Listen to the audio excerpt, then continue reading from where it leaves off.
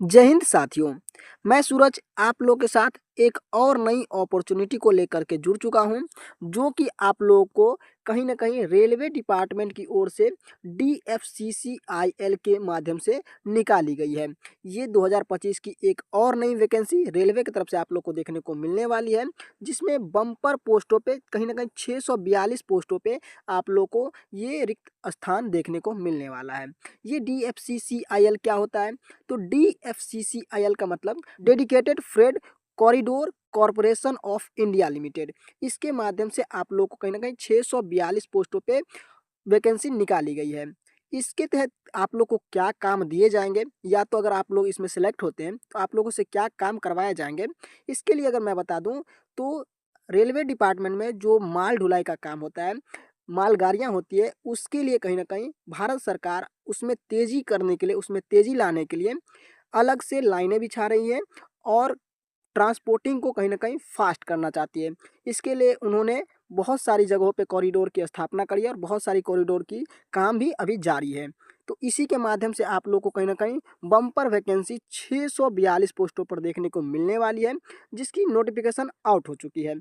तो इसमें आप लोग को कैसे सिलेक्शन मिलने वाला है, क्या आपका सिलेक्शन प्रोसेस होगी, एज क्राइटेरिया क्या होने वाला है, एलिजिबिलिटी क्या चाहिए आप लोगों को, फिर आपका जो पे स्केल होने वाला है वो कितना होने वाला है, फुल सिलेबस के बारे में हम लोग डिस्कशन करने वाले हैं। और फिर जाके एग्जाम जो पैटर्न होगा उसके बारे में भी हम लोग इस नोटिफिकेशन के माध्यम से कहीं ना कहीं इस वीडियो में चर्चा करने वाले हैं।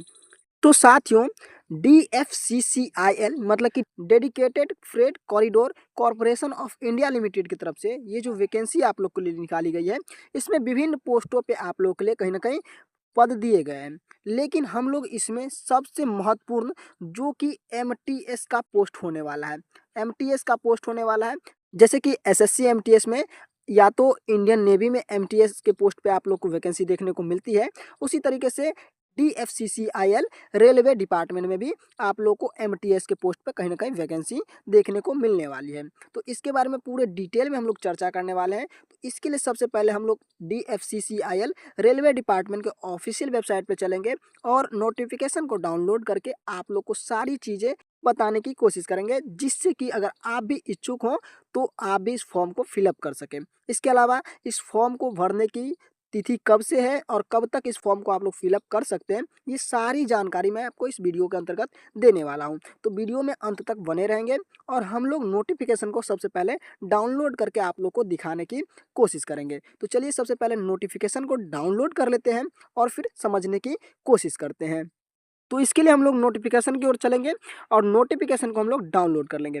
तो साथियों, हमने नोटिफिकेशन को डाउनलोड कर लिया है और ये जो आपका डेडिकेटेड फ्रेट कॉरिडोर की तरफ से ये नोटिफिकेशन कहीं ना कहीं जारी किया गया है, जो कि रेल मंत्रालय रेलवे डिपार्टमेंट की तरफ से कहीं ना कहीं जारी की गई है। इसके अंतर्गत dedicated freight corridor corporation of India limited, जो कि रेलवे डिपार्टमेंट के अंतर्गत आती है। इसमें आप लोग को मैंने पहले ही क्लियर बता दिया है कि माल ढुलाई के लिए जितने भी हमारे रेल डिपार्टमेंट में काम होते हैं और मालगाड़ियाँ चलती है, उसको कहीं ना कहीं तेजी लाने के लिए इस कॉरिडोर का कहीं ना कहीं स्थापना किया गया है। बहुत सारे कॉरिडोर में काम भी जारी है। तो उसके लिए कहीं ना कहीं आप लोग को MTS के पोस्ट पे बहुत सारी वेरियस पोस्टों पे वैकेंसी निकल कर आई है, जिसके बारे में हम लोग फुल्ली डिटेल में चर्चा करने वाले हैं। तो सबसे पहले हम लोग एडवर्टीजमेंट नंबर को अगर देख ले तो ये आप देख सकते हैं 01/DR/2025 के माध्यम से आप लोगों के लिए कहीं ना कहीं ये वैकेंसी का नोटिफिकेशन जारी किया गया है।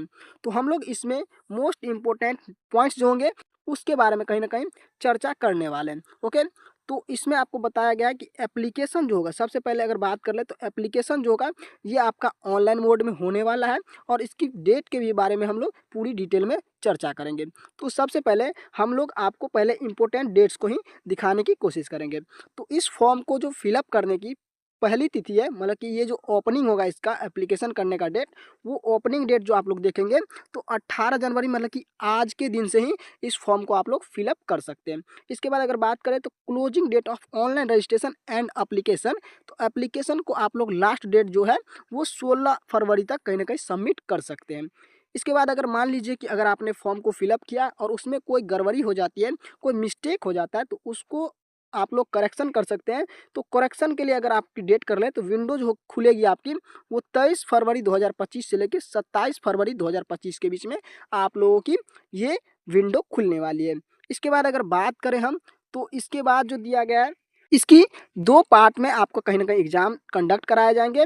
उसके लिए आपको सीबीटी 1 का जो प्रावधान रखा गया स्टेज 1 के लिए, इसके लिए आपको अप्रैल माह में बोला गया कि अप्रैल माह में आपको कहीं न कहीं एग्ज़ाम लिया जाएगा सीबीटी 1 का। तो आप लोग को अभी से ही कहीं न कहीं तैयारी में लग जाना है, ताकि आप लोग स्टेज 1 को कहीं न कहीं क्लियर कर सको। उसके बाद स्टेज 2 की बात करेंगे, कंप्यूटर बेस्ड टीवी सीबीटी होने वाला है, तो उसके लिए भी आपको अगस्त का समय दिया जाएगा। मतलब कि समय भी इन्होंने पहले से ही निर्धारित कर दिया है कि हम लोग कब आप लोग का एग्ज़ाम कंडक्ट कराने वाले हैं। इसके बाद अगर बात करेंगे tentative schedule for physical efficiency, मतलब कि पीईटी की बात करें, तो अक्टूबर से नवंबर के बीच में ये पीईटी करवाने की बात कर रहे हैं। ठीक है?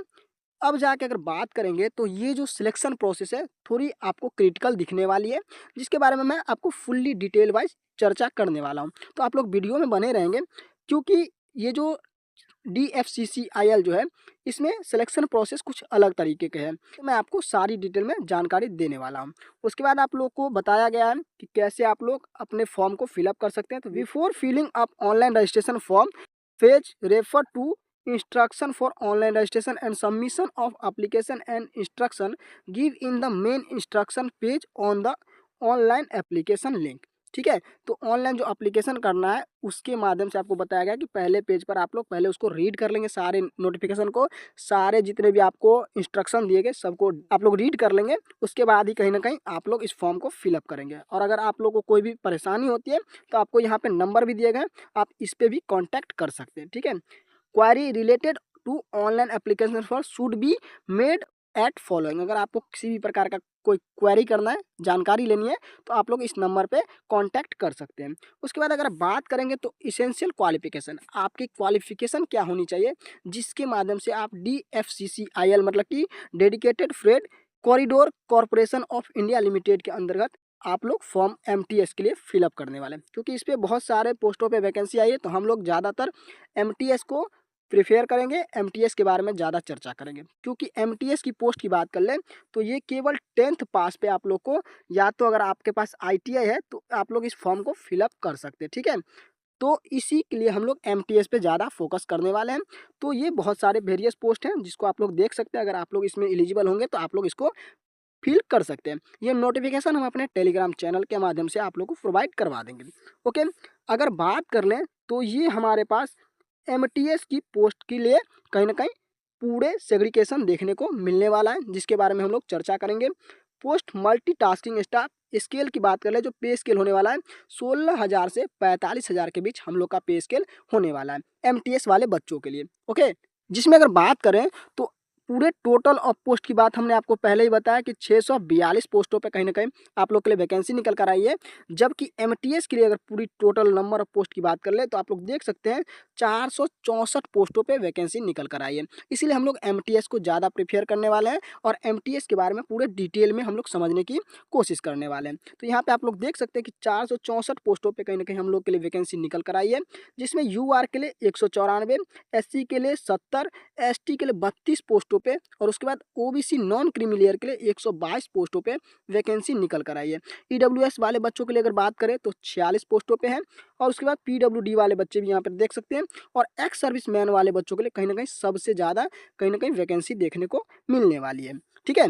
और उनके लिए अगर क्वालिफिकेशन की बात कर ले, तो एसेंशियल क्वालिफिकेशन जो है, वो matriculation plus minimum 1 year duration course completed act apprenticeship. आपने अगर अप्रेंटिसशिप कर रखी है, ठीक है, वो भी किसी भी माध्यम से, किसी भी ट्रेड से, किसी भी इंस्टीट्यूट से, तो आप लोग इस फॉर्म को भरने के लिए एलिजिबल होंगे। इसके बाद यहाँ पर अगर बात कर ले, तो ITI approved by NCBT SCBT with not less than 60% marks in ITI। मतलब कि ITI वाले बच्चों को भी कहीं ना कहीं इसमें एलिजिबल किया गया, लेकिन उनको बताया गया कि 60% से कहीं ना कहीं मार्क्स उनका कम नहीं होना चाहिए, तभी जाके वो इस फॉर्म के लिए एलिजिबल होने वाले हैं। तो ये आपका MTS पोस्ट के लिए क्या है, MTS पोस्ट के लिए कहीं ना कहीं आपको इसेंशियल क्वालिफिकेशन 10th रखा गया है, और प्लस में आपको 1 साल का अप्रेंटिस होना चाहिए, या तो फिर आपको 2 साल का जो ITI होता है, SCBT हो या NCBT हो, अगर आपके पास ITI का सर्टिफिकेट है, तो आप इस फॉर्म को फिलअप कर सकते हैं। ठीक है? इसके बाद अगर बात करेंगे, आगे चलेंगे, तो आगे हमारे लिए जो इम्पोर्टेंट नोटिफिकेशन है, उसके बारे में आपको बताने की कोशिश करते हैं। जिसके अंतर्गत अगर आप लोग आगे बढ़ते हैं तो आगे आप लोग को बहुत सारे चीज़ें दी गई है, जिसमें आपको एज लिमिट के बारे में मैं आपको बताने की कोशिश करूंगा। The age limit for different level of post on 1/7/2025, मतलब कि 1/7/2025 के अंतर्गत आप लोग का एज क्राइटेरिया जो होने वाला है वो एमटीएस के लिए अगर बात करेंगे तो 18 से 33 साल के बीच में आपका एज होना चाहिए। बाकी जूनियर मैनेजर और एग्जीक्यूटिव के लिए भी पोस्ट है, तो आप लोग इसका भी सेग्रीगेशन देख सकते हैं। लेकिन हमने पहले ही बताया कि आप लोग को एमटीएस पोस्ट के लिए कहीं ना कहीं मैं इस वीडियो में बताने वाला हूं, तो आप लोग एमटीएस के लिए कितने एज होने चाहिए, 18 से 33 ईयर में अगर होते हैं तो आप लोग इस फॉर्म को फिलअप कर सकते हैं। इसके बाद एज रिलैक्सेशन की बात कर ले तो 5 ईयर SC/ST के लिए, ओबीसी के लिए 3 साल का, और फिर जाके पीडब्ल्यूडी वाले बच्चों को 15 से 13 साल का आपको कहीं ना कहीं छूट दिया जाएगा। तो इस तरह से आप लोग को एज रिलैक्सेशन भी दिए जा रहे हैं। तो ये कहीं ना कहीं आप लोग के लिए बहुत ही बड़ी अपॉर्चुनिटी है, जिसमें आप लोग सिलेक्शन ले सकते हैं। ये सारी आप लोग को सेग्रीगेशन डिटेल वाइज दिए गए हैं, जिसको आप लोग अपने से रीड कर सकते हैं, ठीक है। उसके बाद हॉरिजॉन्टल रिजर्वेशन और वर्टिकल रिजर्वेशन की बात कर ले तो बहुत सारे रिजर्वेशन भी दिए गए हैं, जिसको आप लोग रीड कर सकते हैं। ये नोटिफिकेशन हम अपने टेलीग्राम चैनल पे भी आप लोग को दे सकते हैं, ठीक है। अगले पॉइंट की अगर बात करेंगे तो पोस्टिंग कहाँ आप लोग का होने वाला है, प्लेस ऑफ पोस्टिंग की बात कर लेते हैं। कहाँ पे आप लोग को प्लेस ऑफ पोस्टिंग मिलने वाला है और अलाउंस क्या सब मिलने वाला है।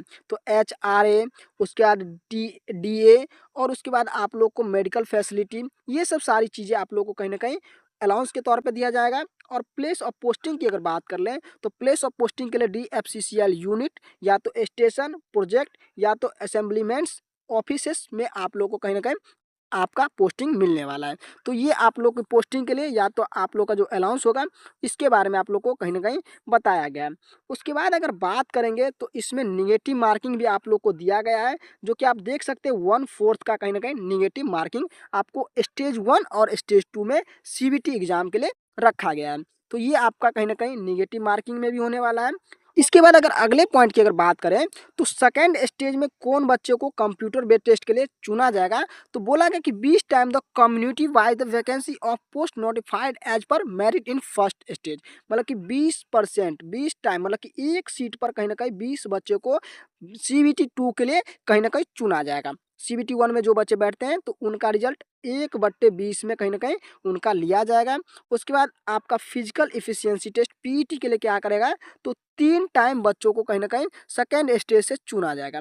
उसके बाद आपको डॉक्यूमेंट वेरिफिकेशन देना है, और उसके बाद मेडिकल इंफॉर्मेशन ऑफ पैनल, मतलब कि आपको अगर बात करेंगे तो इसमें सिलेक्शन के लिए 5 स्टेज को कहीं ना कहीं ओवरऑल क्रॉस करना है। सबसे पहले आपका CBT 1 होने वाला है, फिर CBT 2 को आप देने वाले हैं, फिर जाके आपका PET होने वाला है, और PET के बाद अगर बात करेंगे तो आपका डॉक्यूमेंट वेरिफिकेशन के बाद आप लोग का मेडिकल का भी टेस्ट कहीं ना कहीं लिया जाएगा। तो ये 5 स्टेज में क्रॉस करने के बाद, ये 5 स्टेज को क्वालिफाई करने के बाद ही आप लोग को DFCCIL के अंतर्गत कहीं ना कहीं सिलेक्शन मिलने वाली है। इसके बाद मेरे प्यारे साथियों, अगर हम लोग बात करें तो सबसे मोस्ट इम्पोर्टेंट जो हो जाती है कि हमारा सिलेबस क्या होने वाला है और किस किस डिपार्टमेंट से हमको क्वेश्चन पूछे जाने हैं। तो स्टेज 1 की अगर बात कर ले तो आपको 100 मल्टीपल क्वेश्चन दिए जाएंगे, जिसके लिए समय की बात कर ले तो 90 मिनट का कहीं ना कहीं आपको समय दिया जाएगा, जबकि PWD वाले बच्चों को 120 मिनट का समय दिया जाएगा। और इसके लिए अगर सिलेबस की बात करें तो सिलेबस क्या होने वाला है, तो आप लोग यहाँ सिलेबस भी देख सकते हैं कि मैथमेटिक्स में आपको कहीं ना कहीं 30 क्वेश्चन 30 नंबर के पूछे जाएंगे।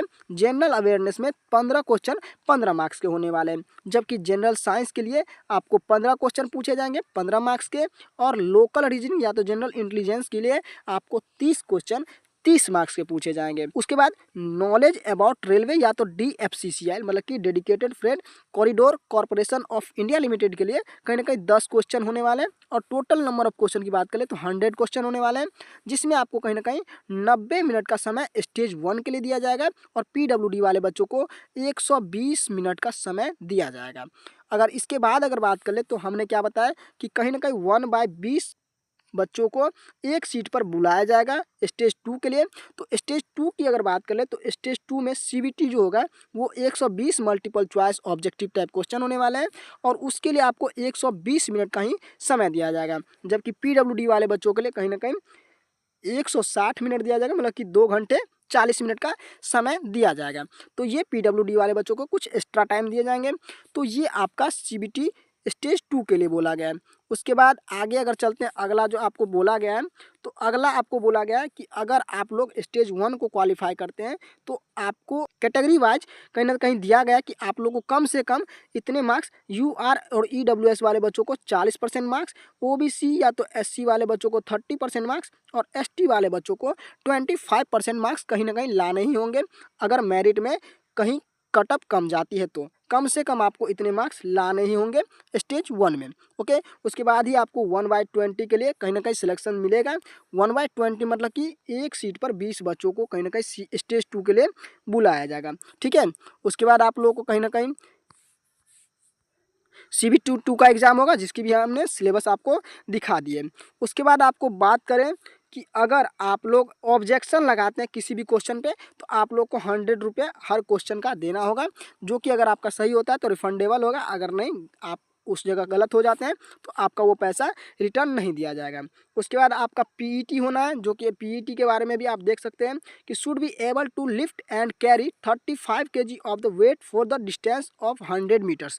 मतलब कि आपको 100 मीटर्स 35 kg लेके जाना है, वो भी 2 मिनट का समय आपको कहीं ना कहीं दिया जाएगा, जो भी बच्चे इस MTS वाले फॉर्म को फिलअप करना चाहते हैं। ठीक है, तो ये सारी नोटिफिकेशन है जिसके बारे में हमने आपको कहीं ना कहीं बताया है, और आप लोग कहीं ना कहीं इस नोटिफिकेशन को देख करके समझ गए होंगे कि DFCCIL मतलब कि dedicated freight corridor corporation of India limited में अगर सिलेक्शन लेना है तो कहीं ना कहीं बहुत ही कंपटीशन से होकर के गुजरना पड़ेगा, तब जाके आप लोग सिलेक्शन को ले सकते हैं।